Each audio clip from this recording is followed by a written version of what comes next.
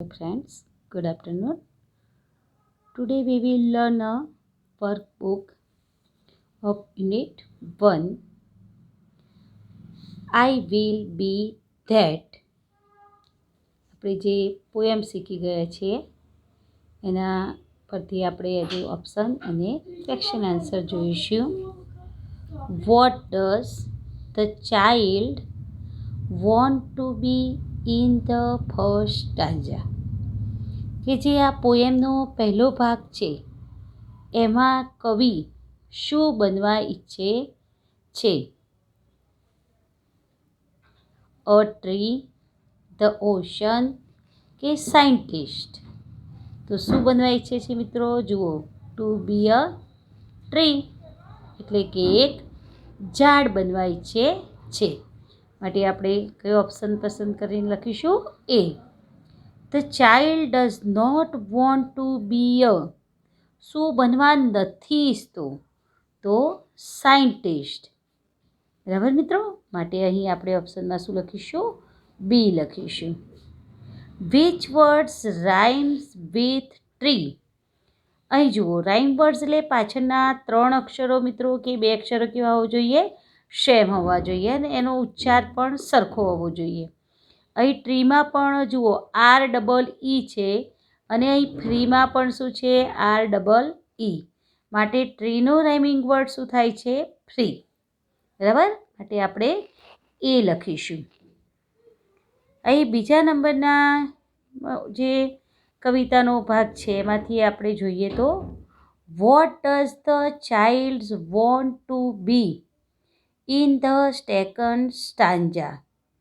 કે જે બીજો ભાગ છે કવિતાનો એમાં કવિ શું બનવા ઈચ્છે છે? તો જુઓ, અહીં લખેલું જ છે મિત્રો એમાં સંજ્ઞામાં, I am going to be the ocean. બરાબર? કે દરિયો બનવા ઈચ્છે છે. માટે આપણે અહીં બી લખીશું. What should swim in the child? કે જે બાળક છે એમાં શું તરતું હશે? અહીં મિત્રો આપણને પ્રશ્ન પૂછ્યો છે કે બાળકની ઈચ્છા શું છે? તો બાળક એક દરિયો બનવા ઈચ્છે છે અને દરિયામાં શું તરતું હશે? તો વેલ્સ. બરાબર? એવું બાળક પોતે ઈચ્છે છે. ત્રીજા નંબરનો જોઈએ તો આપણે મિત્રો પેરેગ્રાફ, ખાલી જગ્યા હેઝ વેલી એન્ડ ફાઉન્ટેન. બરાબર? કે ખીણું, વેલી એટલે કે ખીણ, અને ફુવારાઓ શેમાં હશે? તો માઉન્ટેન એટલે કે ઊંચા ઊંચા પહાડોમાં. The child wants to be અ ખાલી જગ્યા ઇન ધ થર્ડ સ્ટાન્જા. કે ત્રીજો જે પેરેગ્રાફ છે પોએમનો એમાં બાળક શું બનવા ઈચ્છે છે? તો માઉન્ટેન રેન્જ એટલે કે ઊંચા પર્વતની ટોચ બનવા ઈચ્છે છે. Which words rhymes with mountain? મેં હમણાં રાઇમ્સ વર્ડ્સનો મતલબ સમજાવ્યો મિત્રો કે પાછળના 3 અક્ષર કે 2 અક્ષર કેવા હોય છે? સેમ હોય છે. અહીં જુઓ 5 અક્ષર થાય છે માઉન્ટેન, TAINS. અહીં પણ શું થાય છે? TAINS. માટે માઉન્ટેનનો જે સમાન એટલે કે રાઇમિંગ વર્ડ છે તે કે શું થાય છે? ફાઉન્ટેન. માટે આપણે શું લખીશું? ત્યાં સી લખીશું મિત્રો. The childs want to be the home of. બરાબર? કે બાળક કોનું ઘર બનવા ઈચ્છે છે? ઈગલ, ફાઉન્ટેન કે માઉન્ટેન? તો ઈગલ. કારણ કે બાળક એક ઊંચો પર્વત બનવા ઈચ્છે છે અને એ પર્વત ઉપર શું હશે? ગરુડના મારાઓ હશે. એટલે આપણે એ ઓપ્શન પસંદ કરીશું. What flow through mountain? કે જે પહાડ છે એના ઉપરથી શું પડતું હશે? તો સ્ટ્રીમ એટલે કે ઝરણું પડતું હશે. હવે મિત્રો અહીં આપણો જે પાઠ છે તેનાલી રામનવાળો જે આપણને અહીં ડ્રામા આપેલો છે એના પ્રશ્નો અને ઓપ્શન ચાલુ થાય છે.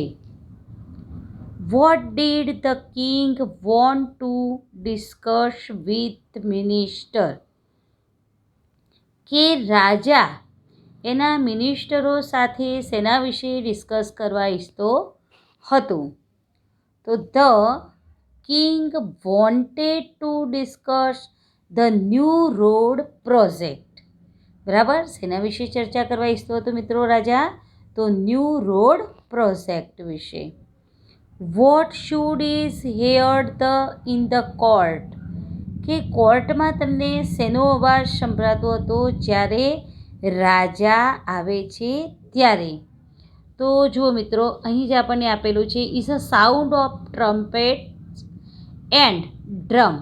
ટ્રમ્પેટ એક આપણું મ્યુઝિકનું ઇન્સ્ટ્રુમેન્ટ જ છે, જે શરણાઈ જેવું હોય છે. તમે જોયું હોય તો પહેલાંના રાજા મહારાજાઓ જ્યારે દરબારમાં હાજર થતા ત્યારે શું કરતા? ઊંચું ભૂંગોર જેવું કંઈક વગાડતા.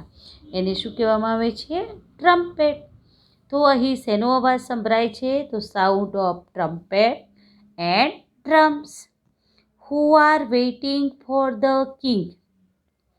કે રાજાના માટે રાહ કોણ જોઈ રહ્યું હતું? તો Tenali Raman, courtier 1 and courtier 2 are waiting for the king. The king asked for. રાજા આવીને તરત જ કોના માટે પૂછે છે મિત્રો? એના મિનિસ્ટરો માટે પૂછે છે, જે એના પ્રધાનો હતા એમના માટે. The king wants to discuss the new ખાલી જગ્યા વિથ ધ મિનિસ્ટર. કે રાજા એના મિનિસ્ટર્સ સાથે શેની ચર્ચા કરવા ઈચ્છતો હતો? તો કયા પ્રોજેક્ટ વિશે? વોટર પ્રોજેક્ટ, રિવર પ્રોજેક્ટ કે પછી રોડ પ્રોજેક્ટ? તો શેના વિશે ચર્ચા કરવા ઈચ્છતો હતો? રોડ પ્રોજેક્ટ વિશે. There is a sound of ખાલી જગ્યા. અહીં જુઓ મિત્રો, શેનો અવાજ સંભળાતો હતો જ્યારે રાજા પ્રવેશે છે ત્યારે દરબારમાં? Bells, bugle, trumpet and drum. તો સાચો વિકલ્પ કયો છે અહીં? Trumpets and drum. તો અહીં આપણે સી ઓપ્શન લખીશું મિત્રો. હવે આપણે પેરેગ્રાફ નંબર 2 જોઈએ તો, where did the king's minister go? કે રાજાના પ્રધાનો ક્યાં ગયા હતા? હવે અહીંયા જુઓ, ડીડ વડે આપણને પ્રશ્ન પૂછ્યો છે, તો અહીં આપણે ગોનું ભૂતકાળનું રૂપ શું કરીશું? વેન્ટ કરીશું મિત્રો. શું કરીશું? વેન્ટ. કે the king's minister went at that sadhu's camp. કે જે પેલો સાધુ આવ્યો હતો એના કેમ્પે ગયા હતા.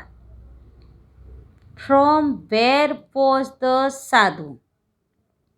સાધુ ક્યાંથી આવ્યો હતો? તો ધ સાધુ વોઝ ફ્રોમ ધ હિમાલયસ. ક્યાંથી આવ્યો હતો સાધુ મિત્રો? હિમાલયથી. વોટ કુડ ધ સાધુ ડુ? કે સાધુ શું કરે છે?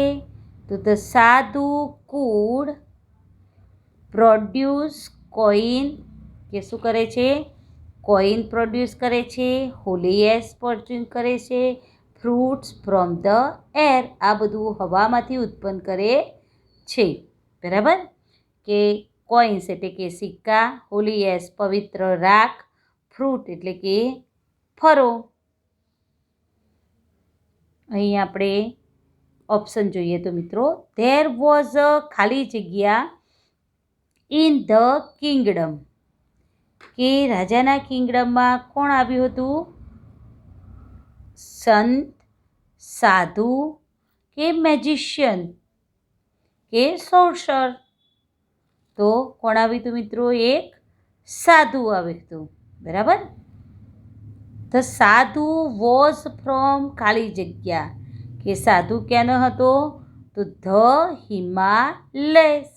તો આપણે ડી ઓપ્શન પસંદ કરીશું.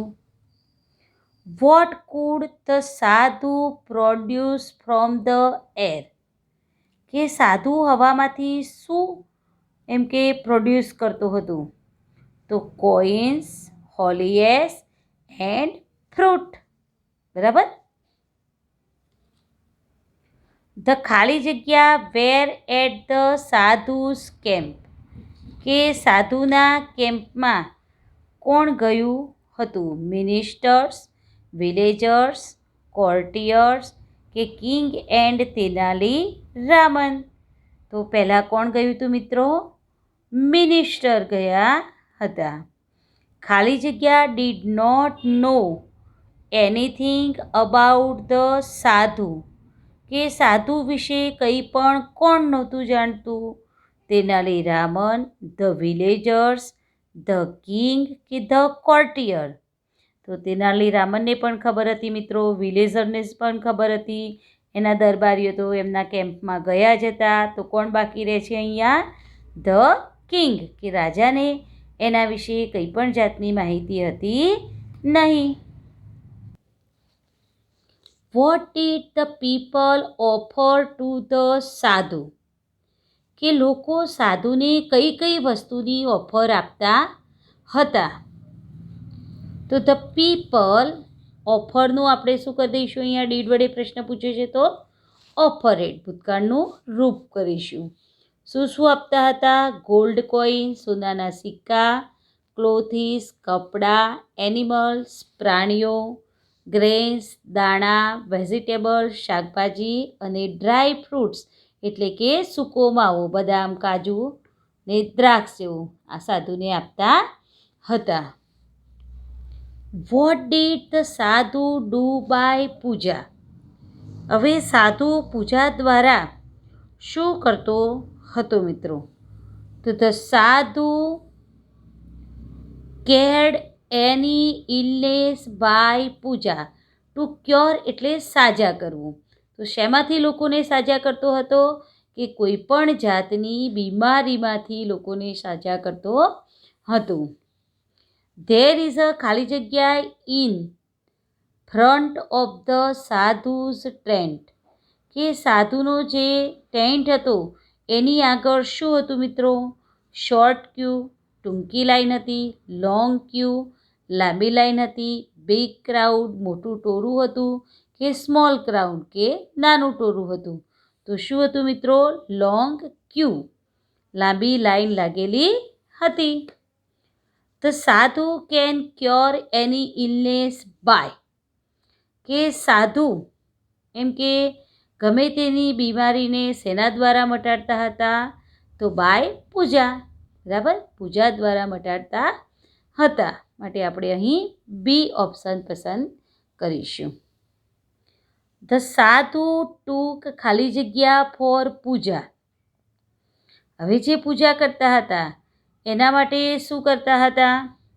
તો નથિંગ, કંઈ પણ નહોતા લેતા. એનીથિંગ, કંઈ પણ લેતા હતા. બેગ ઓફ રાઈસ, ચોખાનો કોથળો લેતા હતા એકલો. કે અ બિગ સમ, એટલે કે કંઈક મોટી કિંમત એમને ચૂકવવી પડતી હતી. તો અહીં આપણે શું લઈશું? ડી ઓપ્શન પસંદ કરીશું. Which words in the passage means to make well, કે સાજા કરવા, એનો મતલબ શું થાય છે? ક્યોર, પૂજા, ઇલનેસ કે ઓફર. કે આગળ પણ મેં મિત્રો તમને સમજાવ્યું કે sadhu can cure any illness by puja. To cure એટલે શું કરવું? કોઈ પણ બીમારીમાંથી આપણને સાજા કરવા. તો અહીં પણ મેક અ વેલ એટલે કે સારા કરવા કે સાજા કરવા, બંનેનો મિનિંગ કેવો થાય છે? સરખો. માટે આપણે એ ઓપ્શન પસંદ કરીશું. અહીં પેરેગ્રાફ નંબર 4 જોઈએ તો મિત્રો, વોટ ડુ ગુડ સાધુ નેવર ડુ, કે જે સારો સાધુ છે, સાચો સાધુ છે, તે શું નથી કરતા? તો ગુડ સાધુ never do charge money for there service, કે તે જે કંઈ કામ કરે છે એના બદલામાં કંઈ પણ લેતા નથી, એટલે કે પૈસા પણ લેતા નથી. Who wants to know more about the sadhu, કે સાધુ વિશે વધુ જાણવા કોણ ઈચ્છતું હતું? તો કોણ જાણવા ઈચ્છતું હતું મિત્રો? ધ કિંગ એટલે કે રાજા. What did the king ask Raman to do? કે રાજાએ રામનને શું કરવાનું કહ્યું? કારણ કે રાજાને એની પ્રજા માટે શું હતું મિત્રો? ચિંતા હતી. માટે એને રામનને શું કરવાનું કહ્યું? The king asked Raman to go to the sadhus camp and find out more about him. કે તેના વિશે કંઈક વધુ માહિતી લાવવા માટે કહ્યું. કારણ કે રાજાને એની પ્રજાની શું હતી મિત્રો? ચિંતા હતી. ધ કિંગ ફોન્ડ ધ સાધુ ખાલી જગ્યા. હવે રાજા સાધુને શું કહે છે? રિયલ સાધુ કહે છે, ગુડ સાધુ કહે છે કે ઇન્ટરેસ્ટિંગ સાધુ કહે છે કે બોરિંગ? તો રાજા શું બોલે છે? ઇન્ટરેસ્ટિંગ. માટે અહીં આપણે સી ઓપ્શન પસંદ કરીશું. The king will discuss about the sadhu's with ખાલી જગ્યા. તો સાધુ વિશે રાજા ફક્ત કોની સાથે ડિસ્કસ કરવા ઈચ્છતો હતો મિત્રો? રામન સાથે, કોર્ટિયર સાથે, મિનિસ્ટર સાથે કે વિલેજર સાથે? તો ઓનલી ફોર કોની સાથે ડિસ્કસ કરવા ઈચ્છતો હતો તે? રામન સાથે. ગુડ ખાલી જગ્યા never charge money for there service. તો તેમના કામ માટે કોણ પૈસા કે લેતું નથી? તો ગુડ સાધુસ. માટે અહીં આપણે કયો ઓપ્શન લખીશું મિત્રો? સી લખીશું. બરાબર. પેરેગ્રાફ નંબર 5થી આપણે નેક્સ્ટ પીરિયડમાં જોઈશું મિત્રો. ત્યાં સુધી જય સ્વામિનારાયણ.